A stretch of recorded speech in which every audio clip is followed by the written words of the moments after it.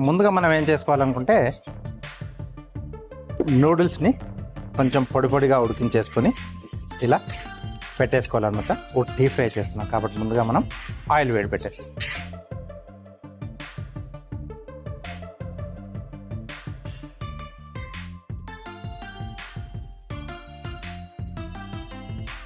So first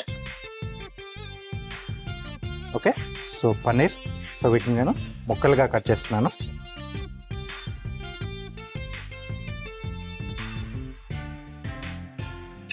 right, ఇలా full లెంత్లో ఉండాలి. నెక్స్ట్ నూడిల్స్ ఒక బౌల్లో, పెద్ద బౌల్లో వేసుకుంటున్నాను.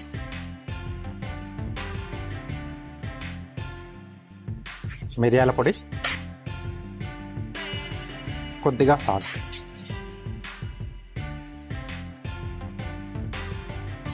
నెక్స్ట్ కార్న్ఫ్లోర్,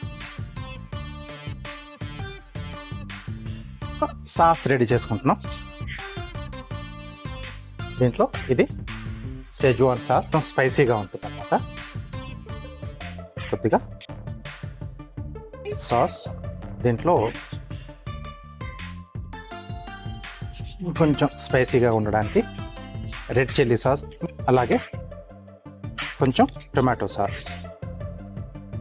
ఇవన్నీ బాగా మిక్స్ చేసుకోవాలి. కొద్దిగా ఉప్పు,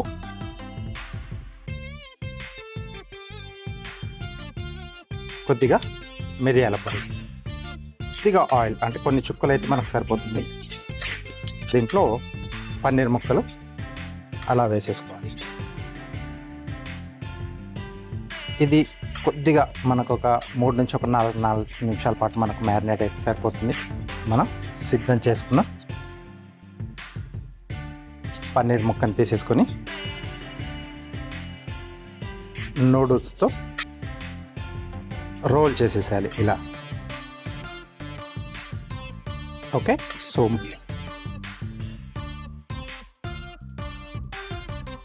సో ఇలా అన్ని వైపులా మనం టర్న్ చేసుకుంటూ వాటిని ఒక మంచి రంగు వచ్చేంత వరకు ఫ్రై చేసుకుంటే పన్నీర్ అలాగే నూడిల్ బైట్స్ అనేది మనకు రెడీ అయిపోతాయి. ఆ తర్వాత మనకు నచ్చిన సాస్తో వాటిని మనం సర్వ్ చేసుకోవచ్చు.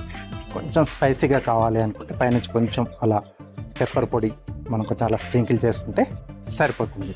సో కరకరలాడుతూ స్నాక్ ఐటెం సూపర్గా వస్తుంది అన్నమాట.